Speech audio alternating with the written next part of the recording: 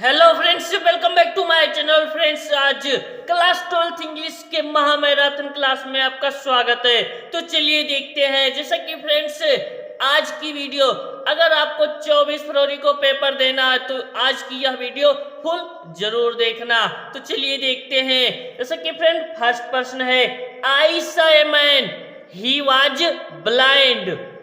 तो फ्रेंड्स, इसे चेंज करना है सिंपल सेंटेंस में। तो इसे सिंपल सेंटेंस में कैसे चेंज करेंगे, तो चलिए देखते हैं। जैसे कि friends, I saw a man, he was blind, तो इसे सिंपल में लिख सकते हैं, आई सॉ ये ब्लाइंड मैन, आई सॉ ये ब्लाइंड मैन। बस आपका सिंपल सेंटेंस कंप्लीट हुआ। नेक्स्ट है, शी इज रिच, वह अमीर है। शी इज नॉट हैप्पी, वह खुश नहीं है। तो इसे चेंज करना है कॉम्प्लेक्स सेंटेंस में। तो फ्रेंड्स, इसे कॉम्प्लेक्स सेंटेंस में कैसे चेंज करेंगे, तो चलिए देखते हैं। जैसा कि लिखेंगे, she is rich, she is rich. यहां पर क्या कनेक्टिव जोड़ेंगे, तो जोड़ेंगे एट, YET, एट। एट का मतलब होता है फिर भी। वह अमीर है, फिर भी खुश नहीं है। She is not happy, she is not happy. इस तरह से लिख लेंगे तो आपका बनता है कॉम्प्लेक्स सेंटेंस। नेक्स्ट है, Ram said to Mohan, you are a good player. Ram said to Mohan, you are a good player. इसे चेंज करना है इनडायरेक्ट में, और ये आपको दिया गया है डायरेक्ट स्पीच। डायरेक्ट को इनडायरेक्ट में चेंज करेंगे। तो राम लिखेंगे, राम टोल्ड, सेड टू के स्थान पर लिखेंगे टोल्ड। राम टोल्ड मोहन, अब लगाएंगे दैट। अब फ्रेंड्स, यू को चेंज करना है राम के अनुसार। अब राम के अनुसार यहां पर चेंज करेंगे तो लगाएंगे ही, that he was a good player. बस आपका सेंटेंस कंप्लीट होता है। चलिए नेक्स्ट प्रश्न की ओर बढ़ते हैं। तो फ्रेंड्स, नेक्स्ट इंपॉर्टेंट प्रश्न की ओर बढ़ेंगे तो आता है passive voice. Madan writes a letter, Madan writes a letter, change into passive voice. अब फ्रेंड्स, से समझेंगे तो ये कौन सा सेंटेंस है, यह सेंटेंस है आपका प्रेजेंट इन डिफिनिट टेंस। तो फ्रेंड्स, इसे चेंज करेंगे पैसिव वॉइस में। तो लिखेंगे ये लेटर, ये लेटर। यहां पर लगाएंगे is written, third form, write का थर्ड फॉर्म रिटर्न। ये letter is written by mother ने। बस आपका सेंटेंस कंप्लीट होता है। नेक्स्ट प्रश्न है, he is my older brother. ये इनकरेक्ट है, इसे करना है करेक्ट। तो फ्रेंड्स, इसे सही लिखेंगे। तो इसे सही लिखेंगे ही इज माई, ओल्डर के स्थान पर लिख देंगे Elder. He is my elder brother. बस आपका ये होता है करेक्ट, बिल्कुल सही। He is my elder brother. चलिए नेक्स्ट देखते हैं। तो फ्रेंड्स, आपका आता है होमोफोन्स। होमोफोन्स में दो आपका तीन होमोफोन्स बहुत ही महत्वपूर्ण है। तो होमोफोन्स आखिरकार इसे एक ही समान होता है, जैसे अपोजिट अपोजिट, लेकिन दोनों की मीनिंग चेंज है, इसका मतलब भी चेंज है। इसे कहने में तो सेम होता है, अपोजिट अपोजिट। एक अपोजिट का मतलब होता है योग्य, एक अपोजिट का मतलब होता है उल्टा। अब फ्रेंड्स, लिखेंगे तो योग्य, इस पर एक सेंटेंस बनाएंगे। तो he is an opposite person, वह एक योग्य व्यक्ति है। इस तरह से सेंटेंस क्रिएट कर देंगे। और फ्रेंड्स दूसरे अपोजिट पर, उल्टा पर, तो he is does always word, वह हमेशा उल्टा ही करता है, इस तरह से कर देंगे। तो फ्रेंड्स नेक्स्ट देखते हैं। तो फ्रेंड्स नेक्स्ट है check.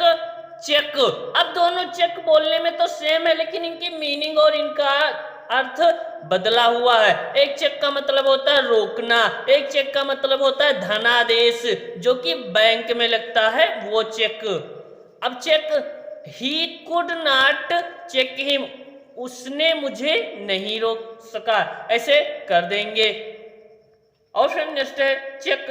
Please give me a cheque of 6,000 rupees, कृपया मुझे इतने रुपए का चेक दीजिए। नेक्स्ट है सेल। सेल, एक सेल का मतलब होता है कोशिका, एक सेल का मतलब होता है बेचना। तो friends sale, sale, he has many sales, मेरे पास, माई हैज, सॉरी फ्रेंड्स यहां पर होगा ही हैज मेनी सेल्स, इस तरह से होगा। नेक्स्ट सेल, सेल का मतलब होता है बेचना, एक सेल का मतलब कोशिका, एक सेल का मतलब बेचना। तो ही सेल्स कैंडल इन दिवाली, वह दिवाली में मोमबत्ती बेचता है। इस तरह से आप सेंटेंस क्रिएट कर दीजिएगा। अब फ्रेंड्स नेक्स्ट टॉपिक की ओर बढ़ते हैं। तो नेक्स्ट टॉपिक आता है साइनोनियम्स। साइनोनियम्स में 5 वर्ड लिए हैं, तो चलिए इसको सीखते हैं। जैसा कि फर्स्ट है लेक्चरर। लेक्चरर का मतलब होता है प्रवक्ता। प्रवक्ता की एक और नई मीनिंग, तो इसकी एक मीनिंग होगी साइनोनियम्स स्पीकर, बस इसकी मतलब भी होता है प्रवक्ता। नेक्स्ट है फ्रीडम। फ्रीडम का मतलब आजादी। आजादी की एक और नई मीनिंग लाइबर्टी, LIBERTY। लाइबर्टी का मतलब भी होता है आजादी। नेक्स्ट है अल्टर। अल्टर मीन्स बदलना, तो बदलना की एक और meaning change, CHANGE, change. Change का मतलब भी होता है बदलना। नेक्स्ट है बैटल। बैटल का मतलब होता है युद्ध। अब युद्ध की एक और नई मीनिंग, तो फ्रेंड्स युद्ध की एक और नई मीनिंग होगी वार, WAR। वार का मतलब भी होता है युद्ध। नेक्स्ट है आइडियल। आइडियल का मतलब होता है आदर्श। अब आदर्श की एक और नई मीनिंग, तो इसकी होगी मॉडल। इस तरह से 5 साइनोनियम्स आपके कंप्लीट होते हैं। नेक्स्ट आता है एंटोनियम्स। साइनोनियम्स का भाई एंटोनियम्स, क्योंकि फ्रेंड्स ये भाई नहीं है। साइनोनियम्स का मतलब होता है पर्यायवाची, एंटोनियम्स का मतलब होता है विलोम शब्द, यानी कि उल्टा। अच्छा कि ओल्ड। ओल्ड का मतलब होता है न्यू, ओल्ड का एंटोनियम्स न्यू, बस जहां ओल्ड दिखे वहां पर न्यू लिख देना है, या फिर टिक करने को आएगा तो न्यू पर टिक कीजिएगा। नेक्स्ट है रॉन्ग। रॉन्ग का एंटोनियम्स राइट, गलत, तो इसका जस्ट उल्टा सही। नेक्स्ट है सारो। सारो का मतलब दुख, तो दुख का उल्टा खुश, तो हैप्पी, इस तरह से लिख देंगे। प्रॉफिट। प्रॉफिट का मतलब होता है लाभ, तो लाभ की एक उल्टा मीनिंग होगी लॉस, हानि। नेक्स्ट है एंशियंट। एंशियंट का मतलब होता है प्राचीन या फिर पुराने, तो प्राचीन काल में तो आधुनिक, मॉडर्न, MODERN मॉडर्न, इसकी एक अच्छी सी मीनिंग। फ्रेंड्स आता है एस्से, निबंध। द टेलीविजन पर लिखेंगे, तो सबसे पहले इसकी हेडिंग क्या क्या डालेंगे? डालेंगे introduction, profit from the television, uses of the television, loss of the television, conclusion, 5 heading डालेंगे। फ्रेंड्स टेलीविजन पर इससे लिखना है, तो इंट्रोडक्शन इसका क्या है? There are many useful instrument in India, भारत में बहुत ही महत्वपूर्ण यंत्र हैं, बहुत प्रकार के यंत्र हैं। But television has some important role in our society, लेकिन टेलीविजन बहुत ही कुछ महत्वपूर्ण रोल हमारे समाज में निभाता है। Television gives us good news और बैड न्यूज, डेली। तो फ्रेंड्स टेलीविजन हमें कुछ अच्छे खबर और कुछ बुरे खबर सुनाता है about the country and foreign country, और देश के बारे में विदेश के बारे में हर एक समाचार सुनाता है। टेलीविजन शोज में different kinds of accident and picture. Television हमें विभिन्न प्रकार के दुर्घटना और फोटो को दिखाता है। So we get the news overall country sitting in his house, so television nowadays become compulsory are all kinds for men just like business, political men, farmer and student. तो friends आपको इस पर निबंध होगा, आपका एस्से निबंध होगा, यानी कि एस्से। प्रॉफिट फ्रॉम द टेलीविजन, अब टेलीविजन के कुछ आप लाभ भी लिख दीजिएगा, स्क्रीनशॉट ले लीजिए या फिर नोट कर लीजिए वीडियो रोक करके। तो फ्रेंड चलिए इसका use of the television. There are profit and use on television society. Children see television every day morning to evening. They see story of Ramayana Mahabharata, Abhijnana Shakuntalam and different kinds of religious book are showed on the television. As Guru Granth Sahib, Quran and Fusi's television has important in human society, so we see television and hear the news through all country. Next आता है loss of the television. तो there are many loss from the television. there are लगाकर जरूर आपको लिखना है। Many loss the television morning and evening, so the eyesight become weak, आँख कमजोर हो जाती है। They cannot see any easily, so use glasses from the their childhood. Some boys became blind to tele, sometime television blast, कभी TV दग भी जाती है, तो इस तरह से ब्लास्ट हो जाती है। In house so the man near dead at once, जो मनुष्य पास में होता है उसकी मृत्यु भी हो सकती है शायद।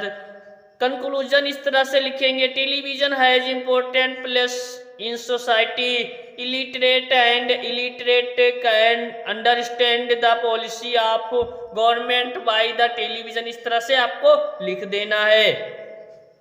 तो फ्रेंड्स आप इसे नोट कर लीजिए या फिर स्क्रीनशॉट लेकर रख लीजिए, याद कर लीजिए। फ्रेंड्स नेक्स्ट टॉपिक की ओर बढ़ते हैं। तो फ्रेंड्स अब नेक्स्ट टॉपिक आता है वन वर्ड सब्स्टिट्यूशन। आपको एक ही शब्द लिखना है, जैसा कि ये पर्सन विथ लॉन्ग एक्सपीरियंस, एक व्यक्ति है जिसके पास बहुत ही ज्यादा अनुभव है, तो उसे क्या कहेंगे हिंदी में? अनुभवी। तो अनुभवी की मीनिंग क्या होती है? वेटरन। इस तरह से लिख देना है, VETERAN। वेटरन का मतलब होता है अनुभवी।